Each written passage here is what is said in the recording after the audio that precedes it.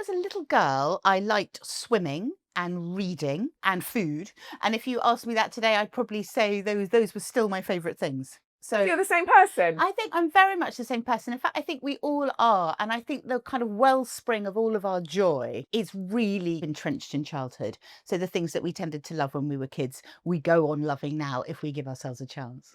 And I think we're going to come back to that a bit later, aren't we? We're going to talk about how you help people rediscover joy. But first of all, just talk about a bit about your career, because I knew you from journalism days. We were both journalists and you were an incredibly well-known, highly regarded, successful editor. Tell us about your career. I did nearly 25 years at the Sunday Times. Yeah. Before that, I'd worked for the Observer and the Telegraph. I was the Telegraph's youngest ever features editor. I was editorial director of the Sunday Times, editor of the magazine, a columnist, an interviewer. I've interviewed everybody from Mikhail Gorbachev to One Direction, Sheryl Sandberg to Theresa May over a very long time. So I was quite a big journalistic honcho, and I also ran Women in Journalism here in the UK for 7 years. So I had quite a career as the big editor. You definitely did have a career as a big editor, and I think from that career was set to continue, wasn't it? And then it got derailed. So can you talk about that and tell us what happened? Yeah, absolutely. So I had been with the Sunday Times for 23 years. They then brought in a new editor. We used to joke quite a lot at News UK that the 13th floor, which is when you got really quite senior, it was a bit like the dead zone on Mount Everest, that death could, like the oxygen-free zone, death could come at any time. And that's true when you're a senior executive anyway, because you get a new team in and suddenly your face no longer fits. So were you on the 13th floor? I was the editorial director of the paper. I was very much part of the regime that was running it, and they brought in a new one, and there were a lot of us who were surplus to requirements. So I had that classic horrible thing, which will be familiar to so many, of trotting up to see the new boss with all my kind of ideas for the next few months, walking into the office, there's the new boss and the head of HR and the box of tissues on the table, which we all know is like a bad sign. And then you suddenly realise, oh crikey, it's that meeting. This is the end. Yeah. And I've been in that enough times to know that at that point, it's not really personal. It's about your number on a spreadsheet. Your value is too high. And then it becomes a negotiation.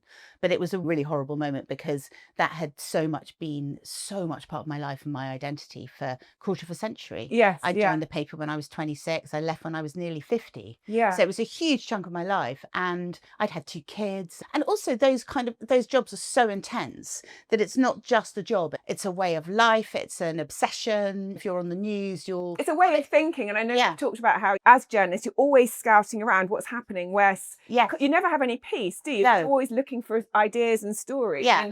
And it's 24/7. I ran all the features at the Sunday Times for 20 years pretty well. So you're constantly on the news agenda. People constantly need you. Every time you go back to your inbox, there's like a million things. So when that suddenly happens, when you're defenestrated and you're suddenly a civilian and you've lost your enormous kind of big black Game of Thrones style cloak, because I did have a certain swagger, I think, and the gold and the kind of fur, and you take it off and you feel very naked, a bit like kind of Darth Vader without the mask. And it's okay, who am I now?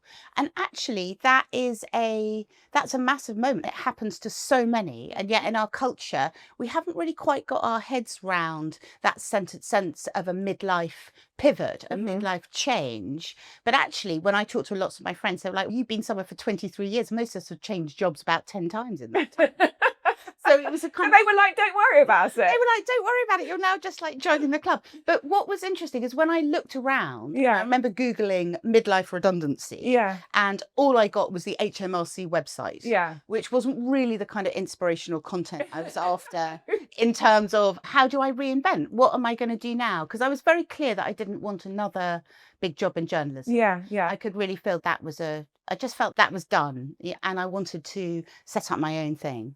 You've hugely reinvented what you do, although it still has its roots in journalism. But coming back to that moment, you've described it as feeling like being pushed off a roof. I think you're now in your new life, but plenty of people, we find themselves going through that moment right now, especially women, of feeling like they're pushed off a roof. How was that for you? How long did it last? How long did you feel that way? Oh, it was absolutely hideous. So I can remember sitting in this meeting and watching the pigeons flying around Southwark Cathedral and a kind of tugboat chugging up the Thames.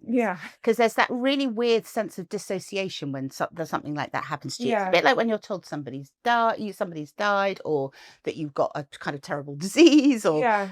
or the end of a relationship when you're not expecting it. It's that real kind of dissociation. And my brain just really went somewhere else. And I think it's a huge shock. Your mind keeps coming back to that moment over and over again, trying to work out whether it could have been avoided, going back into all the kind of chains of events which led to that time. And it's a kind of bit of a PTSD thing. So I would really say to you, if you're in that state now, give yourself a big hug.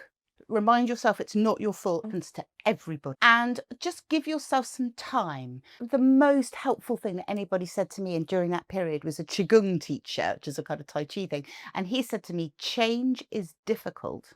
And that I felt gave me permission to be finding it hard. Yes. Because there's so many people who are trying to be well-meaning and they say things like, oh, you'll bounce back, or it'll be the making of you. And when people do say that, they do say things like this. And actually, you'll look back on this and realise it was all for the best. Exactly. Yeah. And actually, if I was talking about it now, I think it was. I love my life now. I'm much happier. I'm really glad that I got a chance to move into a new chapter.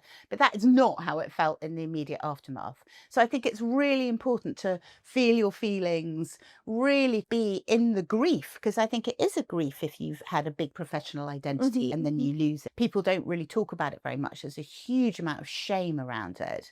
And I wrote about it for the Telegraph when I launched my new business.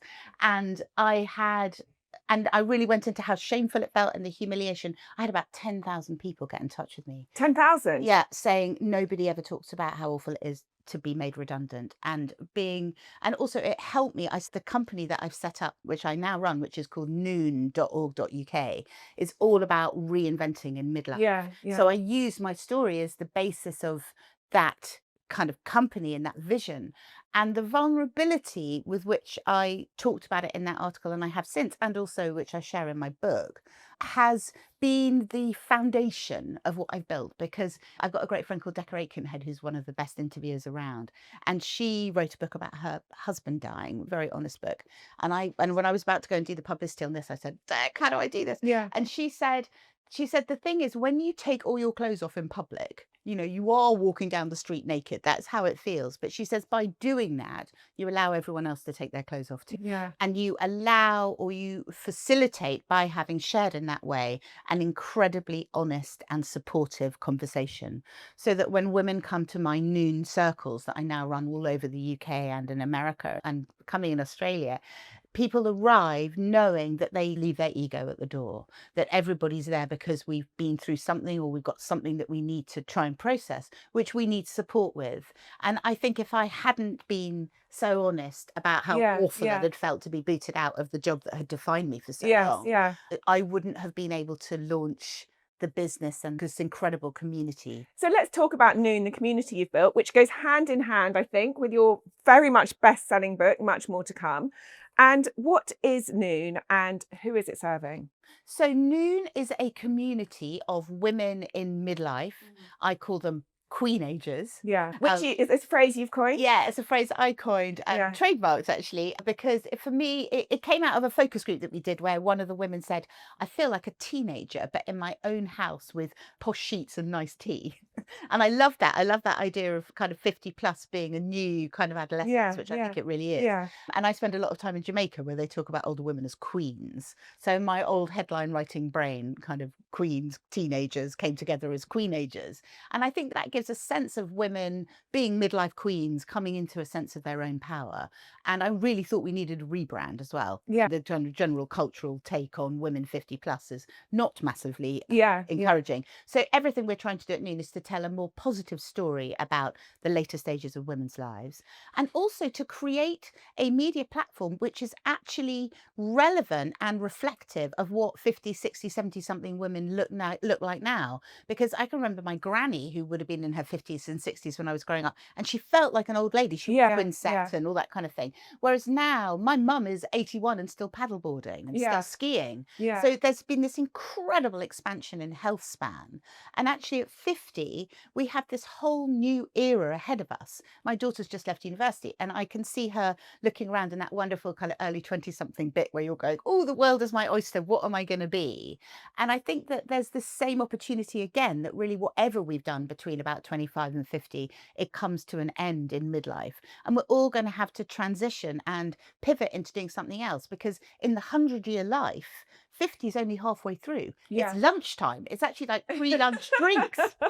That's why I call my company Noon, because it's halfway through. So it's that sense of, what are we going to do with this amazing bit of life that we've been gifted between 50 and 75, for which currently there is no map.